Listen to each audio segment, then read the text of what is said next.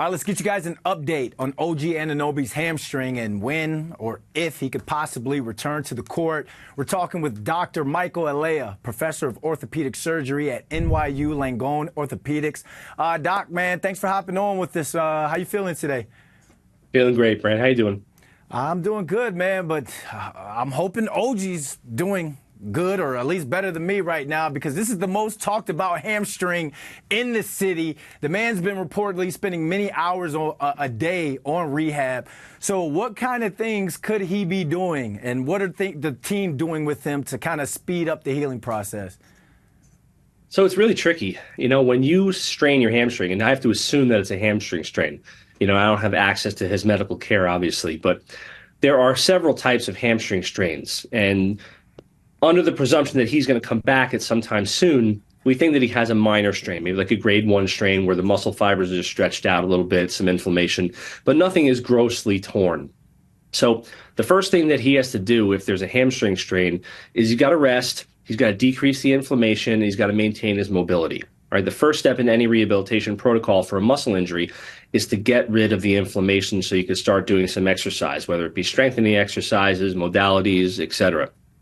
Most likely what's happening is he's doing some low impact work, perhaps doing some pool work, using electrical stimulation, ultrasound, resting it, compressing it. You can think about icing it as well, although ice for hamstring strains works initially, but obviously it's not something that's going to be done long term. But it's really about the modalities to start. If we can get that muscle to really calm down in terms of the inflammation, then he can start doing more and more aggressive exercises. All right, Doc, pool work is one thing, but playoff basketball is a completely different beast. We know what OG brings to this team. We know the life and energy he breathes to this team. So how effective could he really be if they bring him back for a potential Game 7 or on Sunday, or if they close this thing out and he comes back for Game 1 of the Eastern Conference Finals shortly after? Yeah, it's a tough thing for the sports staff for the Knicks to handle because it's a double-edged sword. You bring him back too early, he could potentially hurt himself further. Perhaps he's not as effective. Obviously, the name of the game is to win and advance in the playoffs. So the question is, can the Knicks beat the Pacers without OG Anunoby? Also, looking into the future, if they do win this, obviously they're going to go against Boston. They're going to want to have OG Anunoby back for Boston. This is a player that really needs to be at his maximum effectiveness to produce for the Knicks. Basketball is an explosive sport, very hamstring heavy. If he comes back too early, again, number one, he could be reduced effectiveness wise, or at worst case scenario, he could actually injure himself further and render himself pretty much out for the rest of the playoffs, which would obviously be a disaster. We're talking about a team that's been hit with a lot of injuries, Doc, throughout the season and through the playoffs. As a result, a lot of their stars have had to play some pretty serious minutes. OG was averaging 40 minutes a game in this postseason. Do you think fatigue could have made him a little bit more susceptible to this kind of injury? Absolutely. We know that any kind of muscle strain tends to happen more as people are more fatigued. If you think about the NFL Combine, when the players are going back there, it's extremely hot out. They're not as well hydrated. They're fatigued because they're not in shape. Hamstring injuries happen extremely commonly in the NFL Combine because the players aren't really ready yet. So when you have this fatigue, this muscle fatigue, that certainly renders them more susceptible to injury. So for a guy playing 40 minutes a game, is it incredibly surprising that he had a little bit of a hamstring problem? Absolutely not. This is more of a hypothetical question, but if you were on the Knicks training staff or you were a doctor on that team, would you plant a seed in Tibbs' ear and be like, hey, a lot of these guys are playing a lot of minutes. Maybe we should kind of shut down some of these minutes. I get it's playoffs, but at the same time, a lot of minutes is what's hurting a lot of these guys.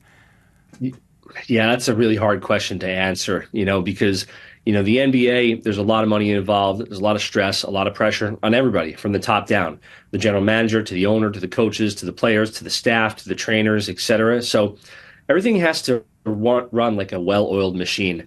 I don't know how much sort of seed planting people are doing in terms of the minutes, etc. But again, these are players that their ability to produce will make or break how far the Knicks are able to go in the postseason. So Those are questions that are a little tricky, especially for me to answer. But obviously, as you said, a lot of minutes can produce injuries. Yeah, that's a question I would love to ask a Josh Hart or a Dante DiVincenzo, because it's kind of like a double-edged sword for us, the players, Doc. It's like I need to be out there with my team, and I want to get out there with my guys, but at the same time, I need to be as close to 100% to be effective out there for my team and for my guys.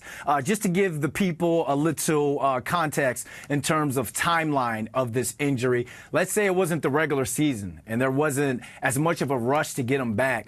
What kind of timeline do you think we'd be looking at to get him 100% healthy and back playing like OG Anunoby? Yeah, I think for a mild hamstring strain, you're looking at probably like 2 to 4 weeks. Usually that's adequate time. For a more severe hamstring injury, like a grade 2 or a grade 3, it's going to take a lot longer. Grade 3, obviously, the player would be out for a significant portion of time. But for a grade 1, the great majority of the time, we could treat these players in about 2 to 4 weeks, as long as they're pain-free, mobile, strong, able to execute and explode on the court.